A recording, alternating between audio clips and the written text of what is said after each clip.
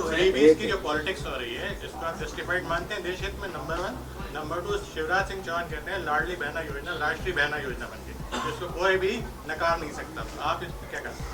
इतना उनकी योजना अच्छी थी तो उनका से हटाया क्यों गया भाई? इतने सालों से वो काम कर रहे थे तो उनको मजबूरन यहाँ से जाना क्यों पड़ा? पहली बात। दूसरी बात, आपने कहा ये जो फ्रीबीज की बात कर रहे हैं, बड़ा अजीब है। जो परिभाषित करने के जो लोग हैं वो श्रेय लेते हैं कि हम देश में 80 करोड़ लोगों को फ्री भोजन खिला रहे हैं।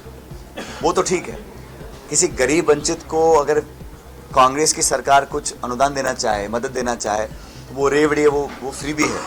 और खुद आप श्रेय ले रहे हैं कि हम देश में 80 करोड़ लोगों को फ्री भोजन खिला रहे हैं, तो आप करें तो वो अन्नदाता और दानदाता हैं। कांग्रेस कुछ घोषणा करे तो उसको आप फ्री भी मानते हैं।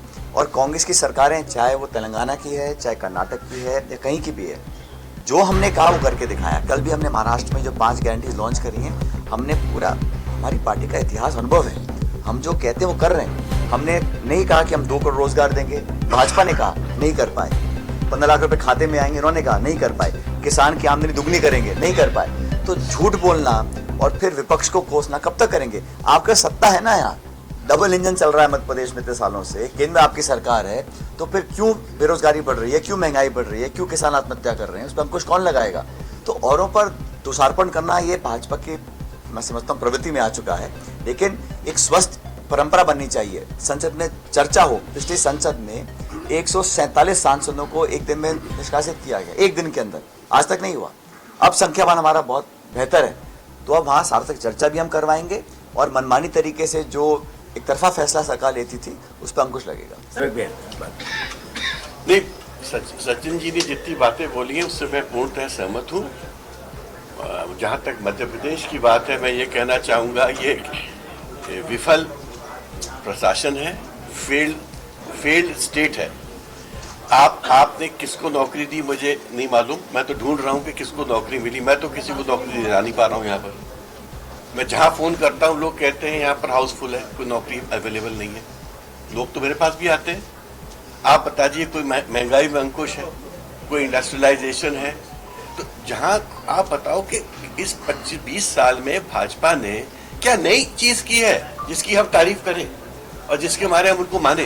देखिए, कोई अच्छा काम करता है तो उसको प्रेज करने में हमको कोई दिक्कत नहीं है, बट अच्छा काम करो तो। खाली प्रचार से अच्छा काम नहीं हो जाता है। आपके अस्पतालों की क्या हालत है, आपके स्कूलों की क्या हालत है, सरकारी स्कूलों की? मैं जानता हूं, मैं तो एनजीओ चलाता हूं, मैं तो सोशल वर्क करता हूं, मैं तो ट्राइबल एरिया में कितना जाता हूं, आप लोगों को सबको पता है क्या हालत है वहां पर। और कल तो मैं तो शौक था, भी मैंने पेपर में पढ़ा, तो भूपेंद्र सिंह जी कह रहे हैं कि उनके ऊपर खुफिया लगाई गई है। भाजपा अपने लोगों पे खुफिया लगा रही है। और आपको मालूम है ये राइट टू प्राइवेसी के अगेंस्ट है। और अगर भूपेंद्र सिंह जी इसकी कंप्लेंट करेंगे तो इसमें केस रजिस्टर होना चाहिए, इसमें कोई मेरे को शक नहीं है। और अगर खुफिया तंत्र का ये मिसयूज कर रहे हैं तो इसका मतलब ये डरे हुए हैं, और हमसे तो छोड़े, वो अपने लोग से डरे हैं।